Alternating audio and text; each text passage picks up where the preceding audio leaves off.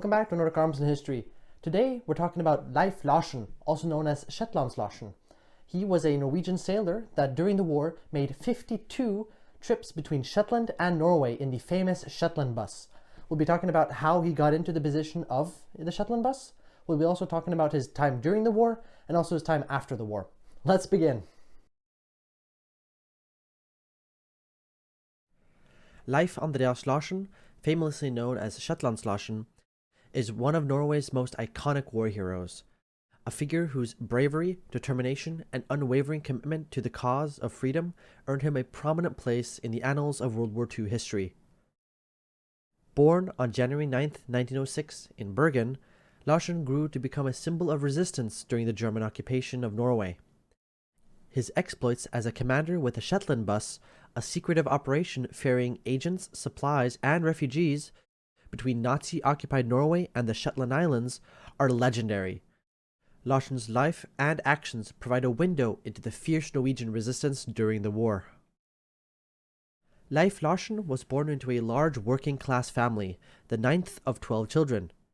His father, Anders Olai Larsen, was a commercial traveler, while his mother, Amalie Hansen, ensured that the household ran smoothly. Despite their hard work, the family was not wealthy, and the challenges of raising such a large brood in the early 20th century were numerous. Tragically, only 9 of the children survived into adulthood, a reflection of the difficult living conditions of the time. Larsen's formal education was minimal, as was the case for many working-class families in Norway. With so many siblings, it was not feasible for Leif to pursue schooling beyond the basics. Instead, at a tender age of 16, he took to the sea, which would soon become both his passion and his path to heroism. Life as a sailor suited Larsen well, and he spent the next several years aboard foreign ships, learning skills that would serve him during his wartime missions.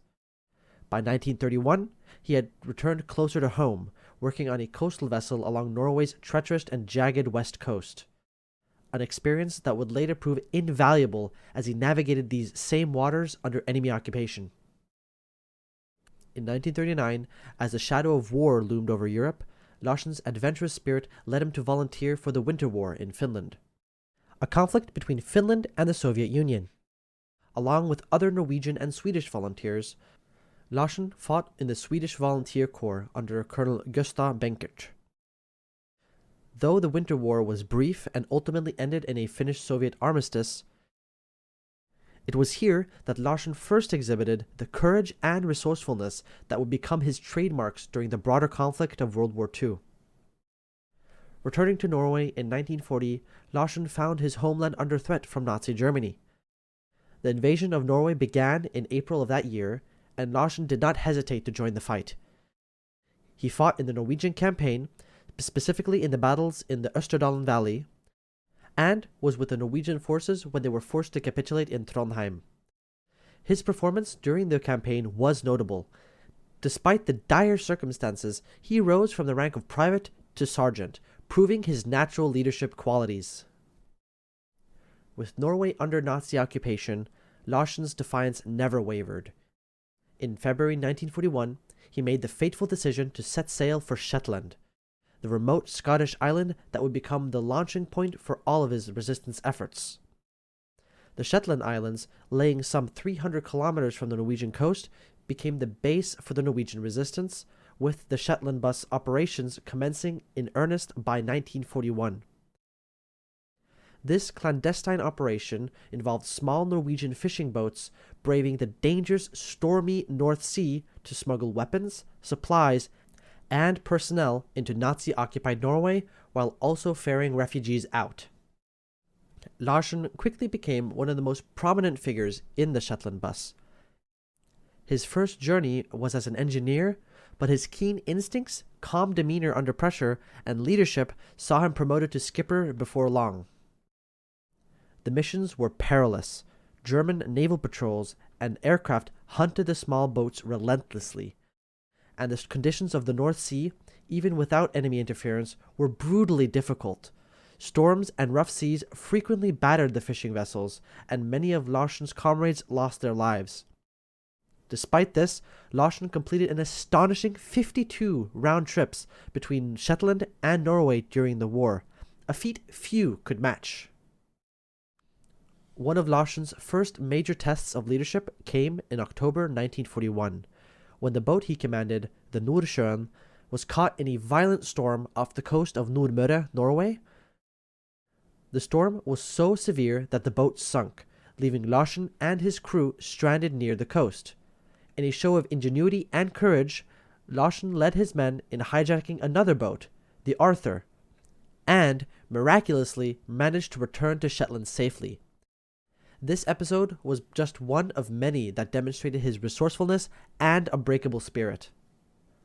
The German threat was omnipresent during the Shetland bus operations, and Larsen faced direct danger multiple times. And on one occasion, his boat, the Battleship, came under attack from German aircraft while off the coast of Norway. Bombs rained down around them.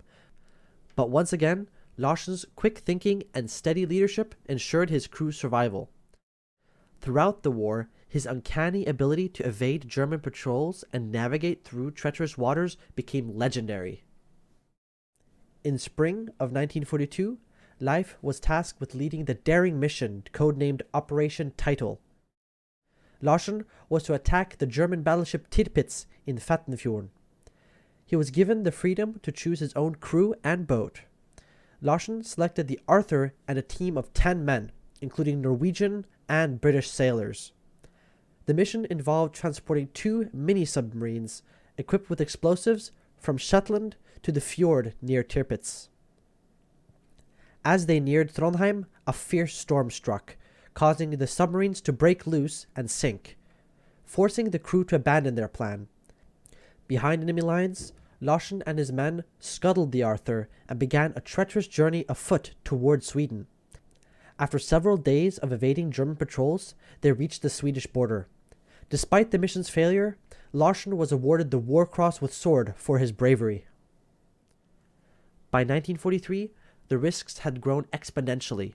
The Germans, aware of the Shetland bus operations, tightened their control over the Norwegian coast, and the losses among the Shetland bus were staggering. Up to 50% of the men involved were killed or captured. In response to the increasing danger, the operation was upgraded with the introduction of 3 fast, heavily armored submarine chasers, the Quonem Hessa, Higra, and Vigra.